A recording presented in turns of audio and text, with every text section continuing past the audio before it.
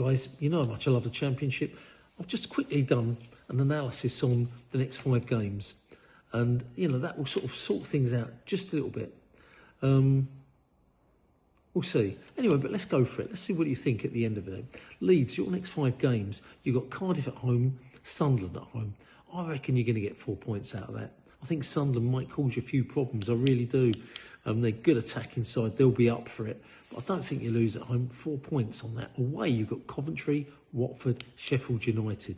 You know, all 3 of those are tough games.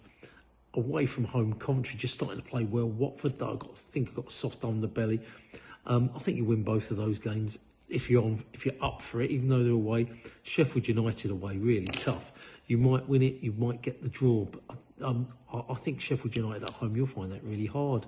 I really think you might lose that one. I'll give you the draw, 7 points, but I really think you might lose that one. But I'm going to give you a draw, 7 points. That means over 5 games, you're going to get 11 points. Look at Sheffield United. They've got at home Portsmouth, Middlesbrough, and Leeds. So if I give them, you know, the Portsmouth and the Middlesbrough games, you know, 6, and I think they're going to beat you, Leeds. Even 9 points could give them only 7, but I'm going to give them the 9 points. I know it's different scores, but I'm trying to be a bit sort of flexible here. The away, Sheffield United have got Derby, Luton. They're going to win both of those games. That's 6. That's 14 points they're going to get. Then you look at Burnley at home, Oxford, Hull, Sheffield Wednesday. Problem with Burnley, they can't score. Oxford dig in, they don't give anything away. You know, they've really got to fight to win that game. And Hull, the same. They can come up and play really well. You know, you never know what Hull are going to do, but they should win that as well. Sheffield Wednesday, my God, they've just gone on what's happened to them? They're really playing, all of a sudden out of the blue, they're playing really well. And I think you're going to draw with them. I really do. And so I've given you 7 points for those 2 games. Away, you've got Portsmouth, Preston. I'm going to give you 6 points. Not as easy against Preston as you might think. You've got 13 points next 5 games. Sunderland at home. Next 5 games, you've got Watford, Luton, Hull.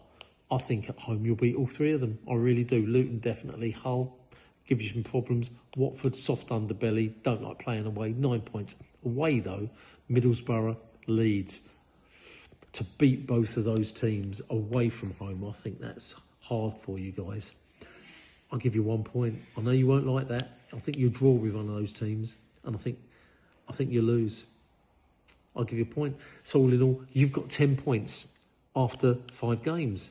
That's just my feelings, my opinions.